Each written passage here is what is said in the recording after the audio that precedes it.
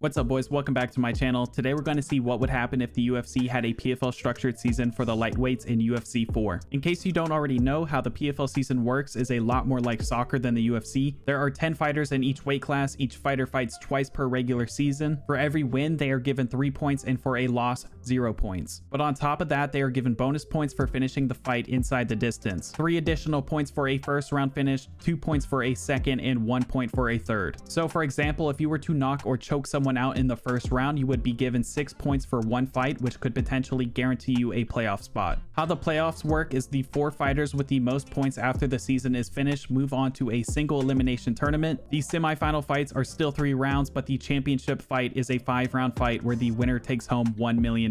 I originally planned on just taking the top 10 rated fighters in the division for this video, but I thought I'd spice things up by adding Alexander Volkanovski and Conor McGregor. They'll be replacing Arman Tsourokian, whose name I won't be missing out on pronouncing, and Rafael dos Anjos. These rankings don't really matter too much right now, but I put Volk at 2nd and Conor at 10th. How I make the matchups for these fights is I leave it up to fate and the random wheel of names. Starting with the number 1 ranked fighter, Izhov, I'll take his name off the wheel, and whatever it lands on will be who he is facing for his first fight. Then I'll go to the next highest rated fighter down the list and repeat this process until we have an entire fight card of 5 fights. After the first card is completed, we'll do this process again, but with the updated rankings and also avoiding any rematch fights. Islam will be taking on Gamrod for his first fight. Volk almost landed on Dariush, but instead he'll be taking on Gaichi. Oliveira will be giving Dustin Poirier a rematch. Dariush will be taking on Fizziev, which leaves us with a tough 31 preview of McGregor versus Michael Chandler. We're going to go straight into that fight since they are the lowest ranked fight matchup at the moment, but you guys always have feedback on the CPU difficulties I use, which I appreciate. I've learned not to use legendary difficulty by now because the submission game is just overpowered, but today, for the first time ever, I'm going to try it out on normal difficulty for the first card, and then after that I'll be on hard difficulty. Like I said earlier, this weight class is loaded from top to bottom. Every one of these fighters is a 4.5 star or 5-star fighter, except Conor, but he is coming into this season with the most animal tattoos and rape allegations, so that's something. No glove touch today. These boys are just getting into it from the start. I already love this difficulty. Conor gets the first stunning shot of the match, and he follows up with a Superman punch, but Chandler wipes that one off like it never happened. A couple minutes later, he stuns him again. He's working the leg now and entirely dominating the stand-up game. Chandler is able to get a late takedown, but Conor definitely won the first round. Again, no glove touch in the second round. Chandler lands a solid overhand but rolling thunder kick out of nowhere. Later in the round, Chandler stuns him with another overhand. I wonder what he could be throwing next. Oh, another overhand. The double champ gets up and is still swinging, but Chandler lands another takedown. He doesn't keep him down for long though. He lets Conor up just to immediately stun him again. He probably could have won himself 5 points here if he didn't throw a combo over his unconscious body. Chandler is definitely winning the round, but he doesn't have the fight yet. Conor is still throwing these wild rolling thunder kicks, and it's somehow working for him. Less than a minute in the second, and Chandler has Conor given another mad interview. This fight goes into the third round tied 1 apiece. Conor wants his lucky charms, but Chandler wants to adopt another black kid. He drops Conor again and again, but for the first time yet, he finally follows him to the mat. Conor is able to get back up, and he immediately throws a fight ender, but it doesn't register in the game. Even then, he still stuns Chandler. UFC 4 might have robbed Conor of that knockout, but hand down, man down, Chandler knocks McGregor out cold 2 minutes and 14 seconds into the third round, which will put him right up to first place with 4 points. And Conor is going to need another action-packed fight like that in his next time out if he wants any chance at seeing the playoffs. Next up is Dariush versus Fizziev. Honestly, this is a fight that could be happening soon considering what happened recently. And kind of like the Oliveira fight, Dariush blew his wad early. He did some damage and landed some takedowns, but Fizziev swallowed all that Dariush could give him and was ready for the second. Actually, no one was ready for the second round because not much happened. Fizziev was slowly working Dariush's legs, and that's all the highlights the game had to show. Fizziev really has an interesting style in this game. All he's trying to do is play defense and break his leg, but it seems to be working. Fizziev drops him with a knee. Dariush gets up and tries to do the same thing, but the power just isn't there. He lands another takedown late in the third, and this fight goes to the distance. The fight is scored 30-27 in favor of Fizziev, which will keep Chandler in first place and move Fizziev to second with 3 points. Next up is Islam versus Gamrot. Their countries have some history together, and they're going going for round 2 in the octagon. Islam scored takedown after takedown. They wrestled each other back and forth, but to no avail. Islam usually pulls off a submission in this game as soon as he gets you down, but nothing was even close to working for him, which I think the game difficulty is to blame. Islam won this one unanimously, 29-28. That ties him with Fizziev with 3 points, but he is technically behind him since Fizziev won 30-27 across the board.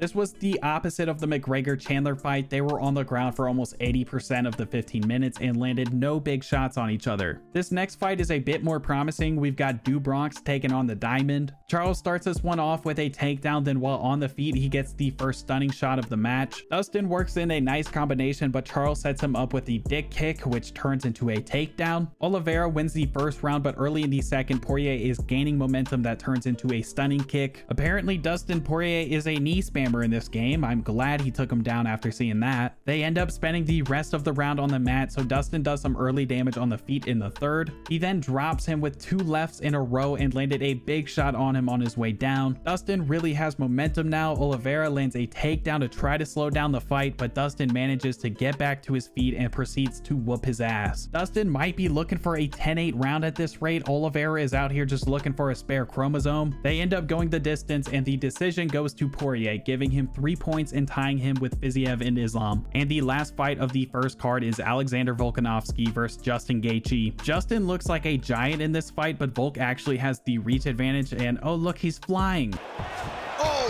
These two stayed active in the first round, as you can see by the damage on their face, but we didn't have any big shots land for the entirety of the first round. That is not the case in the second. It only took 30 seconds before Volk rocked Gaichi. Midway through the round, Gaichi returns the favor and then some. He was close to finishing the fight, but Volk is able to Floyd Mayweather his way out of there. Gaichi is still dominating him later on. He even wanted to break down his legs, but Volk rocks him with a sneaky hook, although I don't think he's stealing this round. In the beginning of the third, Volk cracks his leg, which is a good strategy to get back into this fight, but so are head kicks. Volk doesn't get the chance to follow that shot up though, because Gaethje connects with the spinning back fist that drops him. But almost out of nowhere, Volkanovski Kamaru Usman's Gaethje a minute and 11 seconds into the third round. He finished his fight a minute quicker than Chandler did, so at the end of the first card, Alexander Volkanovski is sitting not so pretty on top of the leaderboard. It's time to go back to the wheel for the second and final card of the season, this time starting with Volkanovski, and he will be taking on the only fighter with more than 3 points, Michael Chandler. That means next up is Fizziev, and it's so close to landing on Dariush, but he will be taking on Gamrod. Islam is up, who would love another safe and boring fight, but he is fighting none other than Conor McGregor. Poirier is up next, but he lands on Oliveira, which can happen since they already fought. He really wants to make this a trilogy, I guess, but in hindsight, I don't blame him. Instead, he will be taking on the very powerful Justin Gaethje, which leaves us with Oliveira versus Dariush. They'll be up first, but they both have 0 points. They have nothing to lose, but they really need an early finish to have any chance at the playoffs. Sadly, neither of these two were really looking for one. We had a lot of unsuccessful wrestling for the first 2 rounds. Charles landed the first big shot in the third, but he couldn't follow up with anything. Still, that was enough to give Charles the victory via decision. Dariush is officially eliminated with 0 points after 2 fights, and unless several wild events happen in a row, Charles is out too, because 3 points is not going to be enough. Fizziev versus Gamrod has more playoff implications. Fizziev is currently in 3rd place with 3 points. Gamrod still has a donut, but he isn't out of it yet. These two looked super even at first, literally.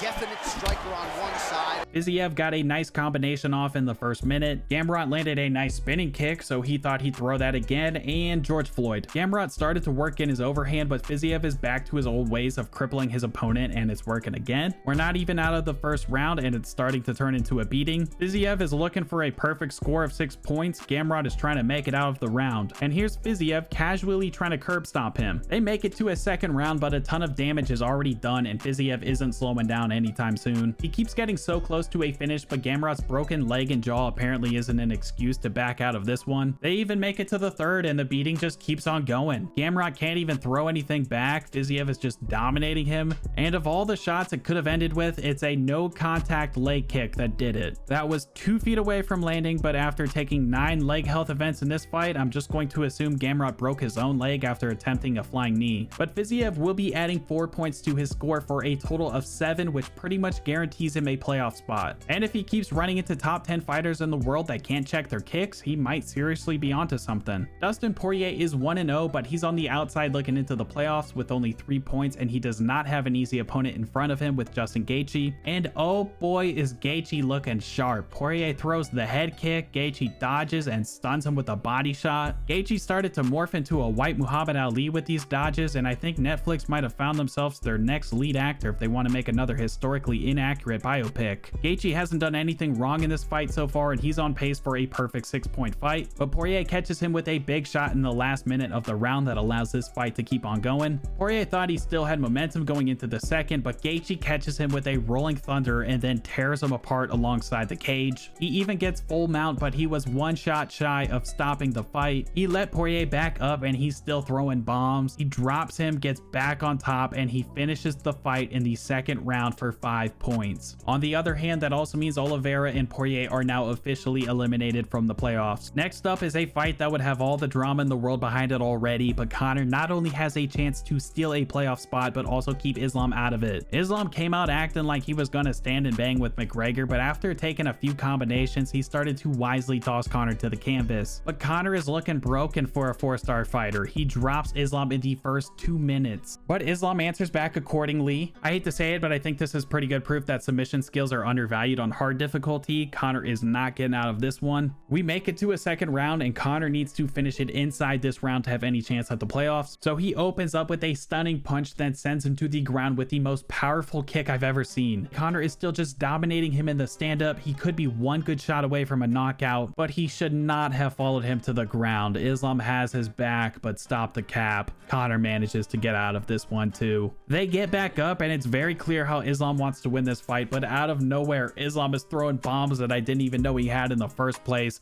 and he knocks Conor out cold. That was another great performance from Conor, but I don't know what he expected. If you can't control a woman in a bathroom, there's no way you're controlling Islam in a cage fight. Either way, he's eliminated, and for Islam, not only is he locked in for the playoffs, but he is currently in first place since he managed to have a quicker knockout than Fizziev. And the last fight of the regular season, Volk versus Chandler. Both fighters have 4 points coming into this, so by any means necessary, whoever wins this fight will be in the playoffs. Whoever loses will not be. The Volk gets the first big shot off in the fight, but Chandler recovers. Too bad though, because Volk is capable of taking him down after dragging him halfway across the octagon. Chandler does get back up, but things get even worse for him. Volk's face has opened up, but he definitely won the first round 10-9. The second round opened up with a bang. Chandler immediately stuns him, and he's not trying to give him a second to recover. He couldn't do anything right in the first round, but now he can't miss. You gotta love this game sometimes, because in a matter of seconds, this can turn into this. They're transitioning very well on the ground tonight.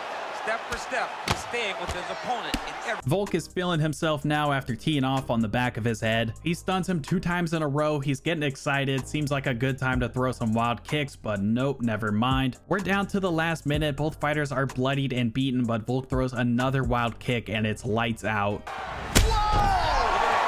Michael Chandler gets his second third-round knockout in a row, which finishes off the season for him with 8 points and in first place, meaning he'll be taking on Justin Gaethje in the first round of the playoffs, while Islam and Fizziev will be facing off on the other side of the bracket. First up will be Chandler versus Gaethje. Gaethje opens up with a Superman punch that has gotten him into trouble a few times before, and it's no different in this one, but dear God, does he recover nicely. Gaethje is really pulling out all the stops in this one, but Chandler apparently did his scouting report on him. Chandler then stuns him later in the fight, but the momentum just keeps switching back and forth. I think someone needs to check Gaethje's gloves, because some of these shots don't look that powerful, but Chandler is dropping to the floor like he's at a Vegas music festival.